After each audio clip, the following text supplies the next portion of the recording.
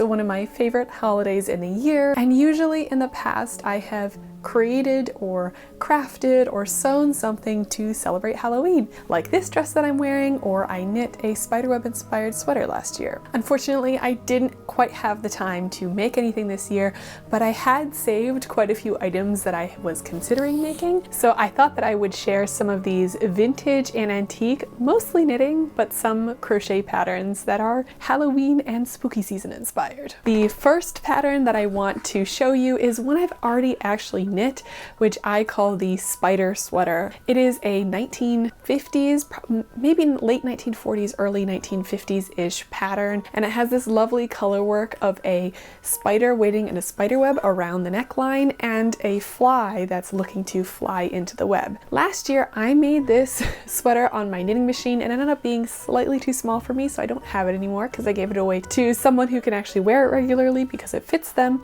But I made a few adjustments. The first is I removed the fly because that saved me a little bit of time in making it and not having to do the color work for that part. And I made the web and spider in a glow in the dark yarn so that I had that extra element of glow in the dark in my particular sweater.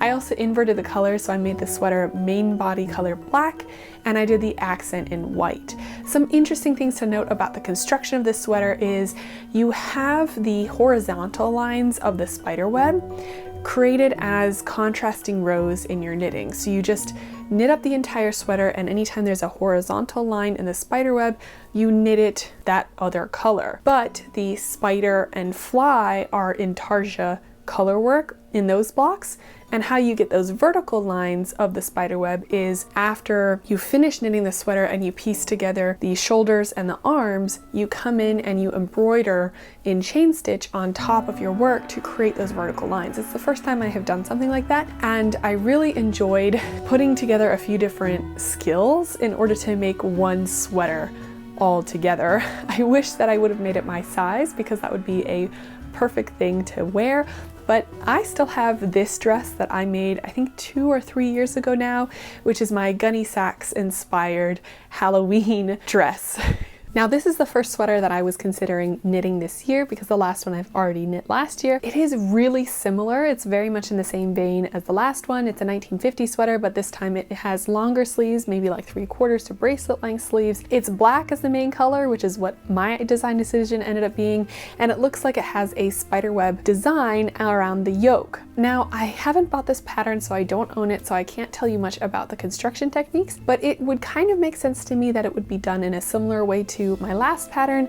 And this one, while it definitely has a really strong Halloween influence and you can really wear it for that, I think it's a little less in your face as the last one. So I think this could be a little bit more widely wearable, especially depending on what colors you choose to make it in. Although, like I said, I like the kind of dark idea and inspiration of the Halloween time, so I would probably still make this in the shown colors, which is black and white. It seems that spiderweb themed clothing did not end in the 1950s because the next piece that I found was this lovely 1960s shell pattern, which also includes a spiderweb as part of the design, but instead of having it emanate from the yoke, it kind of emanates from one side of the chest. And what I really enjoy is that you have a few tendrils of the spiderweb that just delicately fall over the shoulder points. This is another one where I don't own the pattern, so I can't speak much to how this is made or created. But from the looks of it, I would guess that the shell is knit first, and then maybe you would create the spider web out of crochet and attach that to the shell itself to create that spider web effect that's, like I said, emanated from the chest, and then those tendrils falling over the shoulder. I really like that design detail. What do you think? How do you think this is constructed? Or maybe do you own the pattern and can tell us a little bit more detail about how this is made?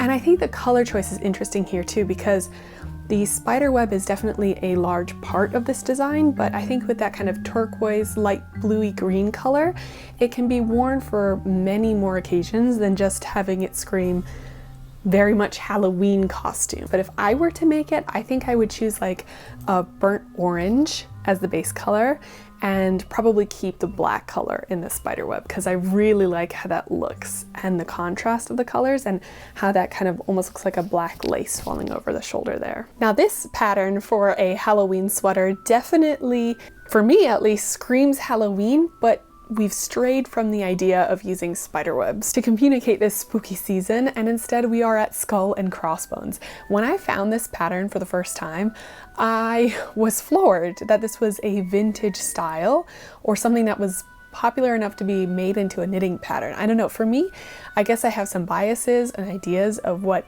maybe was popular in the past, and a skull and crossbone sweater did not stick out to me as something that would be designed and worn. This is, I think, more of a late 50s, early 60s sweater in design.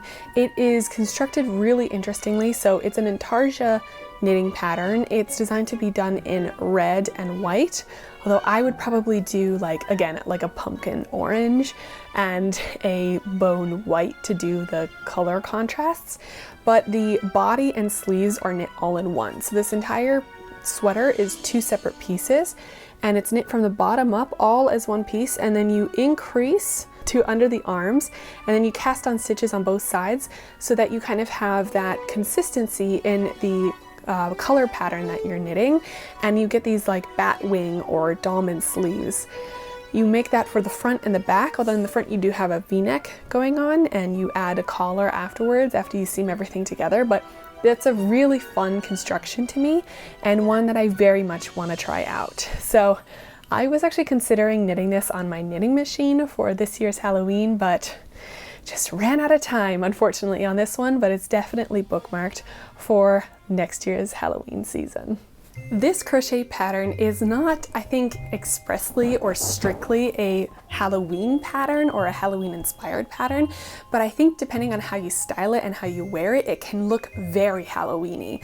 I can imagine it kind of 2 ways. If you're wearing something black and you put this on top, this collar on top in white, it's crocheted, so it's a crochet collar on white, then I think it can very much evoke the feeling of those first few sweaters that we saw that had the yoke being a spider's web, and I think that would look amazing.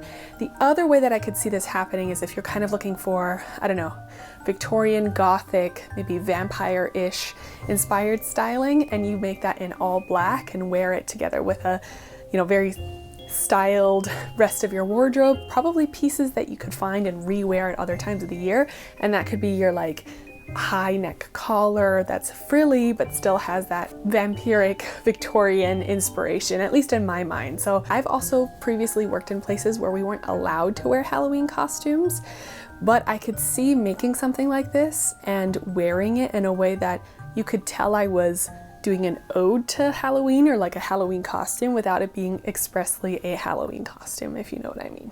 We have something a little bit different.